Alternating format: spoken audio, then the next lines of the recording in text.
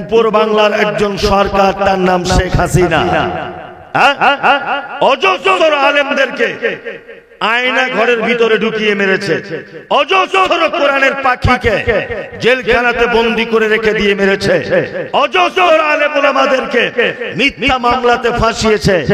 আল্লাহর পক্ষ থেকে এমন বিপদ এসেছে, নিজের মাতৃভূমি ত্যাগ করে রাতারাত্রি পালাতে হয়েছে। পালাতে হয়নি? সারা পৃথিবীতে ইমামদারদের বিপক্ষে লড়াই করে কেউ জিতে যেতে পারে নি, সময় লাগতে পারে। আব্দুর রহমান ইবনে আউফ বলছেন, কি ব্যাপার তোমরা আবু জেহেলকে খুঁজছো? মানে আরে আবু জেহেলের নাম শুনলে মানুষ ভয়ে কাঁপে, আর তুমি আবু জেহেলকে খুঁজছো এই বয়সে কেন? বলছে, চাচা এই জন্য আবু জেহেলকে খুঁজছি, ওকে যদি পাই, যার মৃত্যু আল্লাহ আগে রেখেছে সে মৃত্যুবরণ করবে, ওকে মারবো, তারপরে আমাদের কাজ। আব্দুর রহমান ইবনে আউফ বলছেন, কেন বাপ তোমাদের দুজনের এত রাগ কেন আবু জেহেলের উপরে? বলছে, আপনি জানেন না? বলছে, না বলো। বলছে, এত বড় বদমাইশ যে আল্লাহর নবীকে কষ্ট দেয়, আল্লাহর নবীকে গাল দেয়।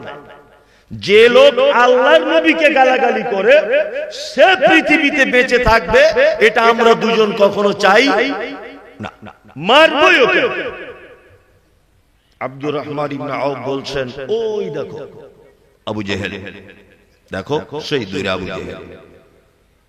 আব্দুর রহমান ইবনে আউফ বলছেন, যখন আবু জেহেলকে দেখিয়ে দিলাম, বাচ্চা ছেলে যেমন শিকারি করার জন্য কোন লোক যেমন দাঁড়িয়ে থাকে তীর ধনুক নিয়ে, ঠিক আইটেম করে দাঁড়িয়ে থাকে, অমুক জায়গায় তীরটা চালাবো। আব্দুর রহমান ইবনে আউফ বলছেন, বাচ্চা ছেলে দুটো চোখের দৃষ্টি দেখলাম আবু জেহেলের দিকে একভাবে তাকিয়ে আছে। ভিড়ের মাঝখানে ঘোড়ার পিঠে বসে আছেন বেঈমানদের সর্দার আবু জেহেল। এখন এরা দুজন তো বাচ্চা, ঘোড়ার পিঠে যদি কোনো মানুষ বসে থাকে, বাচ্চা নিচে থেকে তাকে মারতে পারবে? পারবে না। একজন বাচ্চা বলছেন যে আমি তলোয়ার নিয়ে আবু জেহেলের দিকে ছুটে গিয়ে তার পায়ে এত জোরে আঘাত করলাম, বাদামের ভিতর থেকে খোলা ছাড়িয়ে যেমন বাদাম বার করা হয়, আল্লাহ রাসূল আমার আঘাতে আবু জেহেলের পা খুলে চলে গেল, এক আঘাতে, তলোয়ারের এক আঘাতে আবু জেহেলের পা খুলে চলে গেল। আল্লাহ। তারপরে বাচ্চা ছেলেটি বলছেন যে আবু জেহেলের বেটা এসে আমাকে এত জোরে আঘাত করেছে যে আমার বাম হাতটা সামান্য একটু চামড়াটা লেগে আছে। আল্লাহ রাসূল, যুদ্ধ করতে আমার এই হাতটা খুব অসুবিধা হচ্ছিল, তাই আমি আমার পায়ের উপরে হাতটাকে রেখে টেনে ছিঁড়ে ফেলে দিলাম আমার হাতটা দিয়ে। আমি আবু জেহেলকে এমন করে তলোয়ার চালাতে লাগলাম এক হাত দিয়ে যে আবু জেহেলকে ওইখানে মেরে শেষ করে দিয়েছি, শুধু আপনার শত্রুতাই, আপনাকে গালি দেয় তাই, এই কারণে। এটা হচ্ছে বাচ্চা ছেলে সাহাবীদের ভালোবাসা। বাচ্চা ছেলে 10 বছর, 7 বছর, 8 বছরের বাচ্চা। আপনার আমার প্রতি ভালোবাসা আছে? আছে বলুন? নেই? একটা কথা মাথায় রেখে দেন, সারা পৃথিবীতে ঈমানদারদের বিপক্ষে যারা এই পদক্ষেপ গ্রহণ করেছে তারা এই পৃথিবীর মাটিতে টিকে থাকতে পারে নি। ফিরআউন আল্লাহর সঙ্গে দুশমনি করতে চেয়েছে, টিকে থাকতে পারে নি। নমরুদ টিকতে পারেনি, আবু জেহেল টিকতে পারেনি, আব্দুল্লাহ ইবনে উবাই টিকতে পারেনি। পৃথিবীতে যারাই আল্লাহওয়ালা মানুষদের সঙ্গে যুদ্ধ করতে গেছে, লড়াই করতে গেছে, বিপক্ষে কোন পদক্ষেপ গ্রহণ করেছে, পৃথিবীতে তারা টিকে থাকতে পারে নেই। তার দৃষ্টান্ত 2024 সালে আপনারা পেয়েছেন। গোটা বিশ্ব যখন এগিয়ে চলেছে, আমরা তখন বসে বিবি তালাকের ফতোয়া খুঁজেছি ফিকহ হাদিস চষে। হানাফি, সাফি, মালিকি, হাম্বলি তখনও মিটিনি গোল। এমন সময় আজরাইল এসে হাঁক দিল তোল পিতল। বাহিরের দিকে যত বেড়ে চলেছে, ভিতরের দিকে তত মুসলিম মোরা বেড়ে চলেছি গরু ছাগলের মতন। আজকের জলসার সুযোগ্য নির্বাচিত যোগ্যতম সভাপতি, উপস্থিত আমন্ত্রিত ওলামায়ে কেরাম, বিজ্ঞাপিত অবিজ্ঞাপিত আজকের জলসার অতিথিবৃন্দ, শ্রোতা হিসাবে যারা এসেছেন, চলে গেছেন, আসছেন,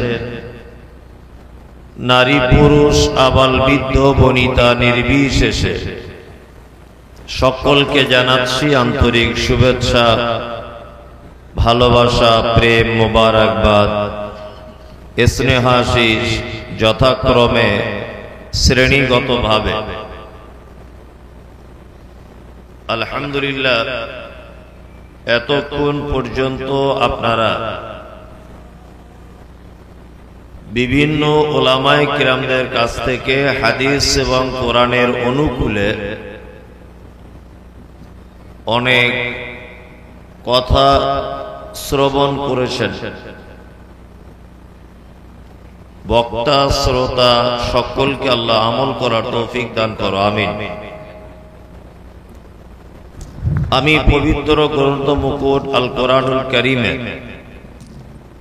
একটি আয়াত আপনাদের সামনে পরিবেশন করেছি। প্রয়োজন মতো আরো কিছু আয়াত বা হাদিস পরিবেশন করব ইনশাআল্লাহ। একটি ছোট্ট বিষয়ের উপরে আলোচনা রাখবো, সেটা হচ্ছে এই ইত্তিবায়ে রাসূল ও মুহাব্বতে রাসূল। আল্লাহ সুবহানাহু ওয়া তাআলা আদম থেকে নিয়ে মুহাম্মদ সাল্লাল্লাহু আলাইহি ওয়াসাল্লাম পর্যন্ত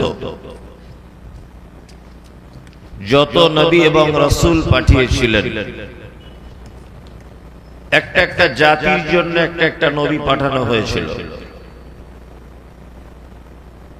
আর সমস্ত নবীদের যিনি নবী, সারা বিশ্বের যিনি নবী, আমাদের যিনি নবী, তিনি কে? মুহাম্মদ সাল্লাল্লাহু আলাইহি ওয়াসাল্লাম। এই মহান মানুষটার প্রতি ভালোবাসা কতটা থাকতে হবে এবং আল্লাহ নবী সাল্লাল্লাহু আলাইহি ওয়াসাল্লামের আনুগত্য কেমন ভাবে করতে হবে, সেই ব্যাপারে কিছু কথা আলোচনা করব। আমা তৌফিক ইল্লা বিল্লাহ, আলাইহি তাওয়াক্কালতু ওয়া ইলাইহি উনীব।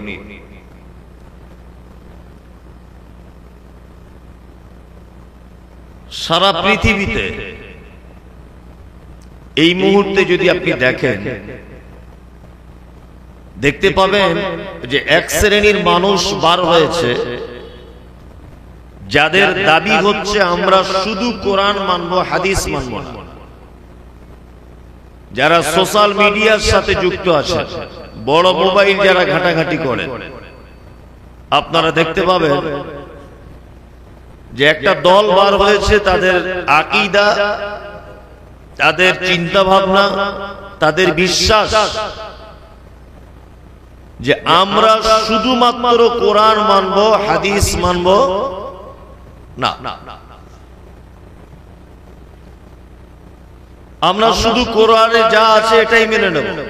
মুহাম্মদ সাল্লাল্লাহু আলাইহি ওয়াসাল্লামকে নবী বলে মানব, কিন্তু আল্লাহ রাসূলের কথাটাকে মানব না।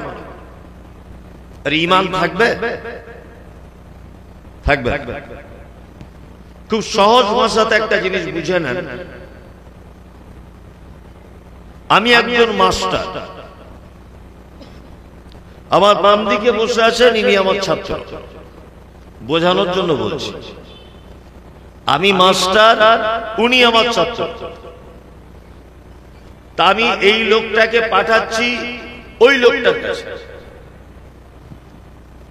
যে তুমি ওই লোকটার কাছে যাও, ও তোমাকে যা যা বলবে তুমি তাই তাই করবে, এর বেশিও করবে না কমও করবে না। তা আমার ছাত্র চলে গেছে ওই লোকটার কাছে। ওই লোকটা অসুস্থ, বলছে একটু আমায় ঔষধ এনে দাও, তাই দিচ্ছে। আমার মোটরসাইকেলটা একটু ধুয়ে মুছে দাও, তাই দিচ্ছে। আমার বাড়ি ঘরদোর পরিষ্কার করো, তাই করছে। আচ্ছা বলুন তো দেখি, এই আমার ছাত্র, এ যদি ওর কথা মতো না চলে, তাহলে ওকে অপমান করা মানে অপমান করা হলো কাকে? আমাকে, তাই না? কারণ আমি পাঠিয়েছি ওকে, তাই তো? আর এই লোকের উচিত কি? এর উচিত হচ্ছে যে আমার শিক্ষকের সঙ্গে ওই লোকের ভালো সম্পর্ক। আমি যদি ওই লোকের কথা অমান্য করি, তাহলে আমার শিক্ষককে অপমান করা হবে, তাই তো? যারা বলছে আমরা শুধু কোরআন মানি, হাদিস মানি না, এরা আসলে নিজেকে আহলে কোরআন বলে দাবি করে। এরা তো আহলে কোরআন নয়, এরা সব আহলে শয়তান। যদি বলছেন কেন, আল্লাহ সুবহানাহু ওয়া তাআলা পবিত্র আল কোরআনে বলছেন, কুল, নবী আপনি বলুন, ইন কুনতুম তুহিব্বুনাল্লাহ, তারা যদি আমার ভালোবাসা যদি পেতে চায়, কোন মানুষ যদি আমাকে যদি ভালোবাসতে চায়, ফাত্তাবিউনি, তারা যেন আপনার আনুগত্য করে চলে। তার মানে আল্লাহর ভালোবাসা পেতে গেলে আনুগত্য করতে হবে কার? মুহাম্মদ সাল্লাল্লাহু আলাইহি ওয়াসাল্লাম। তাহলে আল্লাহ হচ্ছেন আমাদের হেড, তিনি রব, আর তিনি আমাদেরকে বলছেন যে এই লোকটা যা বলে সেই মোতাবেক চলো, তাহলে আমার ভালোবাসা পাবে। আচ্ছা বলুন, আল্লাহ আমাদের শিক্ষক, তিনি আমাদের রব, তিনি আমাদেরকে বলছেন যে মুহাম্মদ বলে একজন নবী আমি পৃথিবীতে পাঠিয়েছি, উনি যা তোমাদেরকে বলেন তোমরা সেই মোতাবেক চলো। এখন আমার ছাত্র যদি ওই লোকটার কথা মতো না চলে, তাহলে ও আমাকে অপমান করলো কি করলো না? করলো। তার মানে একটা মানুষ যদি বলে আমি শুধু আল্লাহকে মানবো, নবীকে মানবো না, তাহলে আল্লাহকে অপমান করা হলো কি হলো না? সহজ বিষয়। আল্লাহ সুবহানাহু ওয়া তাআলা বলছেন ফাত্তাবিউনি, তারা যেন আপনার আনুগত্য করে। এখানে দুটি মাত্র বিষয়। এক, আল্লাহর ভালোবাসা পেতে গেলে ফাত্তাবিউনি, আনুগত্য করতে হবে কার? মুহাম্মদ সাল্লাল্লাহু আলাইহি ওয়াসাল্লাম। আজকে সারা পৃথিবীতে ইন্না দীনা ইনদাল্লাহিল ইসলাম, আল্লাহর কাছে মনোনীত দিন, আল্লাহর কাছে প্রিয় জীবন ব্যবস্থা কোনটি? ইসলাম, তাই না? তার মানে আল্লাহ সব থেকে ভালোবাসে কাদের? যারা ইসলাম ধর্মাবলম্বী তাদের, তাই তো? কিন্তু আপনি সারা পৃথিবীতে তাকিয়ে দেখুন, মুসলিমরা এক লাগাতারে মার খেয়ে যাচ্ছে, যাচ্ছে কি যাচ্ছে না? ফিলিস্তিনে দেখুন মুসলিমদেরকে মারা হচ্ছে। সারা ভারতবর্ষের আসামের দিকে আপনি তাকিয়ে দেখুন, মারা হচ্ছে। মুসলিমদেরকে। আপনি কাশ্মীরে দেখুন মারা হচ্ছে, মায়ানমারে দেখুন মারা হচ্ছে, সারা পৃথিবীতে বিভিন্ন জায়গায় মুসলিমরা অপদস্থ, অপমানিত, পদদলিত, মার খেয়ে কোন ঠাসা হয়ে যাচ্ছে। তার কারণ কি? অথচ আল্লাহ বলছেন আমার কাছে মনোনীত ধর্ম, মনোনীত জীবন ব্যবস্থা কি? ইসলাম।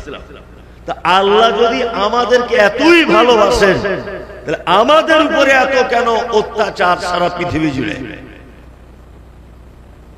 আমাদের একটা জায়গায় শুধু দুর্বলতা রয়ে গেছে, কি? ফাত্তাবিউনি।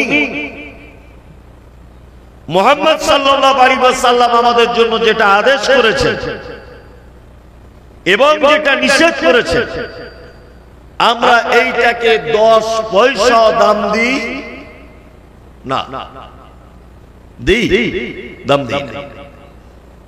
আপনাদের গ্রামে একটা লোক সাইকেলে করে যাচ্ছে, সাইকেল যেতে যেতে একটা মোটর সাইকেল ওয়ালার সঙ্গে অ্যাক্সিডেন্ট হয়েছে। আচ্ছা বলুন তো ভেবে চিনতে, যে পাবলিক এক জায়গায় হয়ে কোন গাড়িওয়ালাটাকে দোষ দিবে? Motor cycle. কারণ বলুন তো, ওর গাড়ির দাম বেশি, স্পিডে যায়, এই কারণে দোষ দিবে। দোষ কিন্তু সাইকেল ওয়ালা, তবুও লোক দোষ দিবে কার? Motor cycle. এখন মোটর সাইকেলটা আসছিল আর আমার 4 চাকা গাড়ির সঙ্গে রাস্তা অ্যাক্সিডেন্ট হয়েছে। আচ্ছা এবার বলুন তো দোষ কার হবে? 4 চাকা। কারণ মোটর সাইকেলের থেকে দাম বেশি, স্পিড বেশি, তাই না? দোষ ওর হলো, দোষ কিন্তু মোটর সাইকেল। এখন আমার এই গাড়িটা কোন একটা রেল গেট পার করতে গিয়ে শতাব্দী এক্সপ্রেস এসে মেরে দিয়েছে। এইবার বলুন দোষ কোন গাড়ি? কেন 4 চাকার? কেন এতক্ষণ যে আপনার হিসাব অনুযায়ী গাড়ি যার বড়, স্পিড যার বেশি, তার দোষ হচ্ছিল, তাই না? এখন দোষ কার? আমার। কারণ ট্রেনের ড্রাইভার জানালা খুলে দিয়েই বলবে যে আমি আমার রাস্তাতে আসছি, তুমি কেন আমার রাস্তায় ঢুকলে বলো। তার মানে বোঝা যায় যে রাস্তা ভুল করে অন্য রাস্তায় ঢুকে পড়লে মার খেতে হবে। ঘুম থেকে উঠে ঘুমোতে যাওয়ার আগ পর্যন্ত একটা লোক এইখানে আজকে দাঁড়িয়ে বলুন যে আজকে সারা দিনটা মুহাম্মদ সাল্লাল্লাহু আলাইহি ওয়াসাল্লাম যেভাবে আমাকে চলতে বলেছেন সেইভাবে আমি চলেছি, একটা লোক আছে? নাই, একটা লোক না, আমি নিজেও।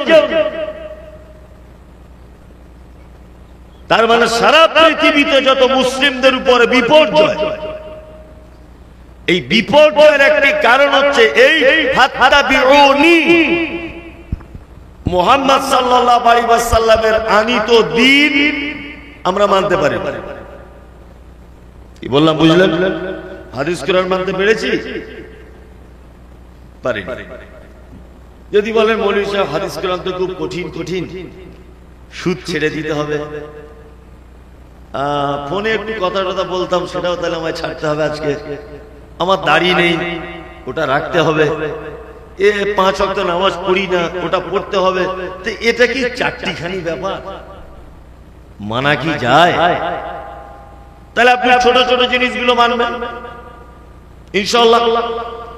ছোটখাটো জিনিস দিলে আপনি মানতে পারবেন? পারবেন ইনশাআল্লাহ? ভয় ইনশাআল্লাহটা বলছে, ইনশাআল্লাহ মানবেন ছোটখাটো জিনিস। ফাত্তাবিউনির ভিতরে একটা ছোট্ট হাদিস আপনাদেরকে মাঝখানে বলি, তারপর আমি আলোচনা শুরু করছি। ধরে নেন আল্লাহ নবী সাল্লাল্লাহু আলাইহি ওয়াসাল্লাম তিনি বলছেন যে একজন মুসলিম আরেকজন মুসলিমের উপরে 5টা জিনিসের হক। কটা? 5টা। এক, রাদ্দুস সালাম। তোমার কোন মুসলিম ভাইয়ের সঙ্গে দেখা হলে তুমি বলো আসসালামু আলাইকুম, আচ্ছা এইটা বলা যাবে? এটা কঠিন না খুব সহজ? সহজ, তাই না? আমরা সবাই সবাইকে সালাম দিব ইনশাআল্লাহ। ইনশাআল্লাহ শুধু বউকে দেওয়া যাবে না। বউকে দেওয়া যাবে? কেউ আছেন এখানে যে আমি আমার বউকে সালাম দিই? বলছে লজ্জা লাগে। বলি বউকে আবার সালাম দিতে হয়? দেখুন আপনাদেরকে একটা টিপস বলে দিই, আমি এটা আমল করব। আমাদের অধিকাংশ বাঙালি ফ্যামিলিতে দেখবেন স্বামী স্ত্রী ঝগড়া, মারামারি, অশান্তি এগুলো টুকটাক হয়। হয় কি হয় না? আমি বড় পাঞ্জাবি পরে এসেছি বলে ভাববেন না যে আমাদের হয় না, আমাদেরও হয়, সবারই হয়। কি বললাম বুঝলেন? আপনার বাড়িতে যদি আল্লাহর পক্ষ থেকে রহমত, বরকত, দয়া এটা যদি আপনি পেতে চান, তাহলে আপনার স্ত্রীর সঙ্গে যেদিন ঝগড়া হবে সেদিন নিয়ত করবে যে মুখে সালাম দিব, আসসালামু আলাইকুম। ও দেখবেন প্রতি উত্তরে বলবে ঢং আর খুঁজে পাও না, বলবে বড় মৌলভী সাহেব হয়েছে সালাম দিচ্ছে আবার। বলবে কি বলবে না? বলবে। কিন্তু মুহাম্মদ সাল্লাল্লাহু আলাইহি ওয়াসাল্লামের পদ্ধতি যে এত সুন্দর, আসসালামু আলাইকুম বাংলা মানে আল্লাহ তোমার উপরে শান্তি বর্ষণ করুক, ও রাহমাতুল্লাহি তোমার উপরে আল্লাহ দয়া করুক, ও বারাকাতুহু তোমার উপরে বরকত দান করুক আল্লাহ। তাহলে আপনি যদি একদিনে আপনার স্ত্রীকে 10 বার যদি বলেন তোমার উপরে আল্লাহ শান্তি দিক, তোমার উপরে আল্লাহ দয়া হোক, তোমার আল্লাহ বরকত দিক, এরকম দোয়া যদি সারা দিনে সারা মাসে যদি একবার যদি কবুল হয়ে যায়, বলুন তো ওই সংসারে অশান্তি থাকবে? এগুলো ছোটখাটো টিপস। আমার এক বন্ধু ছিল, ওকে একদিন বলছি তুমি বাড়িতে গিয়ে সালাম দাও, বলছে না দিই না। আপনি যখন বলছেন বাড়িকে অভ্যাস করবো, তা নতুন ও গিয়ে বাড়িতে আসসালামু আলাইকুম বলেছে, তার স্ত্রী বলছে তুমি কি আমায় চিনতে পারছো না? তুমি কি আমাকে চিনতে পারছো না? আমি কি অপরিচিত লোকটা তুমি সালাম দিচ্ছ? তার মানে আমাদের একটা ধ্যান ধারণা যে পরিচিত হলে সালাম দিতে হয় না, অপরিচিত হলে কি সালাম দিতে হয়। তাহলে আমরা ইনশাআল্লাহ সালাম দিব, সবাই সবাইকে দিব ইনশাআল্লাহ। ইনশাআল্লাহ। 2 ওয়ায়াদাতুল মারিজ, পাড়া প্রতিবেশী যদি কেউ অসুখে পড়ে যায় তাহলে তোমরা তাকে দেখতে যাও। ওয়া ইত্তিবাউজ জানাইজ, কেউ মারা গেলে তোমরা তার জানাজার সালাত আদায় করো। ওয়া ইজাবাতুদ দাওয়াতি, কেউ আত্মীয় স্বজন যদি দাওয়াত করে তোমরা দাওয়াত গ্রহণ করো। ইনশাআল্লাহ করব। হ্যাঁ, দাওয়াতের ব্যাপার আছে, ইনশাআল্লাহ তো বলতেই হবে। গরুর গোশতের ব্যাপার, তাই না? অত্তাশমিতুল আতিশ, মুহাম্মদ সাল্লাল্লাহু আলাইহি ওয়াসাল্লাম বলছেন কারো যদি হাঁচি হয় সে কি বলবে? ওটা যে শুনবে, ইয়ারহামুকাল্লাহ যে শুনবে, ইয়াহদিকুমুল্লাহ ওয়া আসলিহু বালাকুম, এইটা হচ্ছে ইত্তেবায়ে রাসূল। আপনি এই 5টা জিনিস যদি মেনে নিতে পারেন তাহলে আপনি হবেন আল্লাহর কাছে সবথেকে প্রিয় বান্দা। তাহলে আল্লাহর ভালোবাসা পেতে গেলে মেনে নিতে হবে কার কথা? মুহাম্মদ সাল্লাল্লাহু আলাইহি ওয়াসাল্লামের কথা। এইবার আমি আপনাদেরকে বলবো আল্লাহ রাসূলকে সাহাবীরা কতটা ভালোবাসতেন। কি বললাম বুঝলেন? খুব চমৎকার একটা ঘটনা আপনার সামনে আমি তুলে ধরছি। বদরের যুদ্ধ হয়েছিল কত হিজরিতে কেউ জানেন? বদরের যুদ্ধ জানেন? 2 হিজরিতে। মায়েরা বসবেন, আপনাদের ব্যাপারে অনেক কথা আছে আমার। বদরের যুদ্ধ হয়েছিল 2 হিজরিতে। কত হিজরিতে? 2 হিজরিতে। খুব মনোযোগ দিয়ে শুনুন, আপনার গায়ের লোমটা এখনই খাড়া হয়ে যাবে। আর যদি না হয় তাহলে আপনার ঈমান দুর্বলতা আছে। যুদ্ধ হচ্ছে, মুসলিম সৈন্য কতটা? 313টা। কটা? 313। আর বেঈমান মুশরিকেরা কতটা? 1000। যুদ্ধ হচ্ছে কোথায়? মাইক ম্যান একটা আওয়াজটা কমিয়ে দেন তো, ঘর ঘর ঘর ঘর করছে। কমান প্লেন আওয়াজ দেয়, খুব গার গার করে আওয়াজ হচ্ছে। আর মুসলিম সৈন্য কতটা? 313, আর বেঈমান 1000। হচ্ছে কোথায় যুদ্ধ? বদরে। খুব মনোযোগ দিয়ে শুনবেন। এই বদরের যুদ্ধের বেঈমানদের যে দায়িত্ব পালন করছে তার নাম হচ্ছে বেঈমান আবু জাহেল। কি নাম? আবু জাহেল। যুদ্ধ তুমুল গতিতে চলছে।